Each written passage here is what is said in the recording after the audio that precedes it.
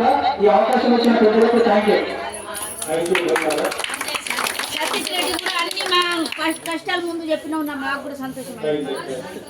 ఇప్పుడు గంగాధర్ అంటే ఒక 7 దుబాయ్ దేశం, నేనే దేశం చెప్పండి, అందరూ అందరూ నేను కూడా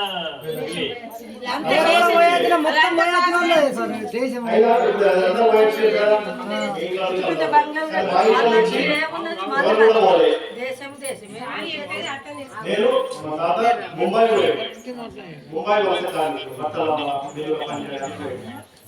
అదే కాకుండా మా గ్రామంలో చాలా మంది ముదిరాజు ఎస్సీలు వీళ్ళందరూ పోయిపోయి.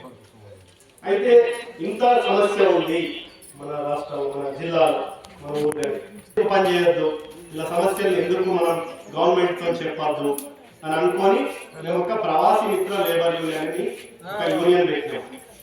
యాక్చువల్ నేను ఏ దుబాయ్ ఎక్కడ ఒక రోజు పనిచేయలేదు, ఒక 8 దేశాలలో మీలాంటి వలస కార్మికుల యొక్క వాణి ఏదైతే మీ సమస్యలు ఉన్నాయో వినిపించడానికి మీటింగ్ల కొరకు పోయినా, ఒక 5 రోజులు 6 రోజులు మీటింగ్ కొరకు పోయినా, దుబాయ్ కానీ, కువైట్ కానీ, ఖతార్ కానీ వీటికి పోయినా. అట్లా మీ సమస్యల్ని నేను విదేశాల్లో కూడా చెప్తున్నా. మా తెలంగాణ నుంచి ఇంతమంది వస్తారు మీ దేశాలకు, మీ దగ్గర ఎంతమంది పనిచేస్తున్నారు, మీరు వాళ్ళకు ఇవి ఇవ్వాలి అనేది మేము డిమాండ్ చేస్తాం.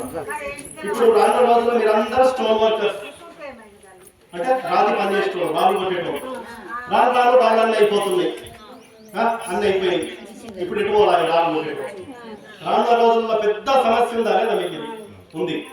మరి దీన్ని ఎట్లా సాధించుకోవాలా, ఎట్లా దీన్ని మనం చేసుకోవాలా? ఇట్లనే మనం వడ్రోళ్ళు ఉన్నారు, వడ్రానికి పని చేసేవాళ్ళు, ఈ కట్టెలు కొట్టద్దు అంటున్నారు, అడిల ఆఫీసర్లు కట్టె ముట్టద్దు అంటున్నారు, దర్వాజా చేయొద్దు అంటున్నారు. అడ్రోళ్ళు అందరూ ఎట్వాలా చెప్పు అడిగిన దానికి. రానున్న రోజుల్లో మన ఉపాధి సమస్యగా పరిగణించాలనుకుంటుంది. ఒక సైడు పర్యావరణ విపత్తులు వస్తున్నాయి, ఎక్కువ చలి అవుతుంది, ఎక్కువ వాన పడుతున్నది, ఎక్కువ ఎండ పడుతున్నది, మరి వృత్తులు అనేవి నశించిపోతున్నాయి. కార్మికులు తెలుసుకోవాలా, ఇది రానున్న రోజుల్లో పెద్ద సమస్య అయిపోతున్నది.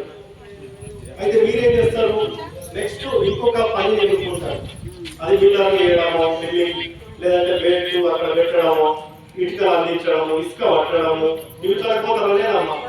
ఇప్పుడు కంకరకు మనకు పని లేదు, కంకర లోడింగ్ అన్లోడింగ్ పోతారు.